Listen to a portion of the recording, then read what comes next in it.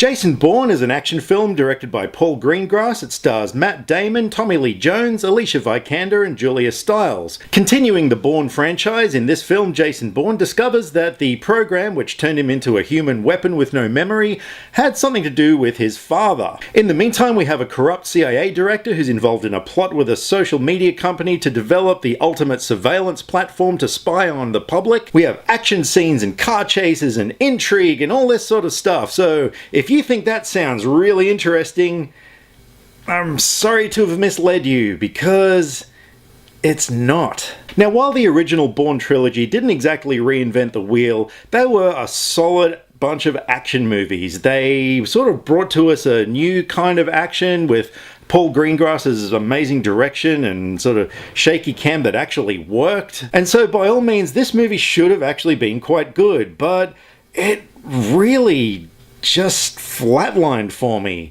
It started off okay. We had a pretty cool action sequence, and there was sort of an emotional beat that happened, which I was thinking, okay, this is working.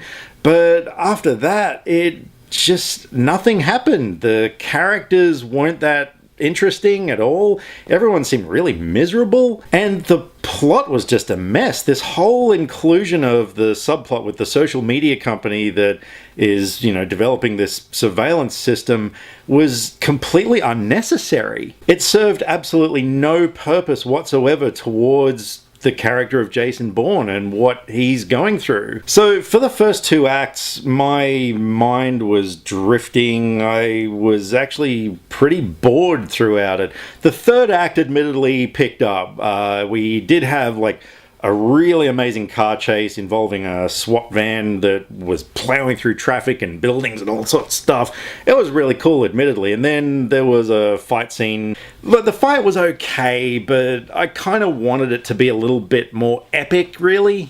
But that's the thing, this movie was just okay. It just should have been so much more. It should have been one of the big action blockbusters of the year, but as it was largely forgettable. The performances from all the actors were good, but again, nothing exceptional. And particularly because, like I said, everyone was just straight-faced and miserable and super serious, and there was no real sort of emotional range with anyone. Even bits where Jason Bourne was sort of finding out about, his past and stuff, I don't know, I just expected a little bit more emotion from him, but yeah, there really wasn't.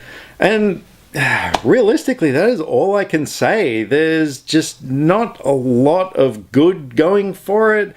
I mean, it wasn't the worst movie I've ever seen, but at the same time, I just wouldn't recommend going to the movies to see it. Wait till it comes to Netflix or something like that if you really need to see it. So that being said, unfortunately, I'm going to give Jason Bourne a 4 out of 10. Man, I'm sorry I didn't have much more to say about it.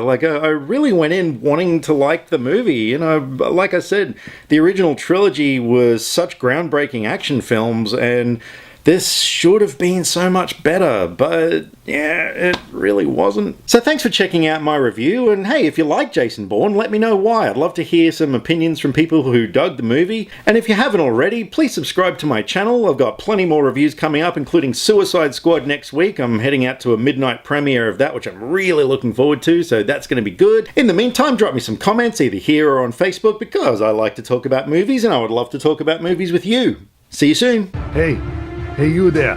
Yeah, I'm talking to you. Click subscribe. You see the big word up the top that says subscribe? Well, click on it. Click on it now. Do it. Yeah.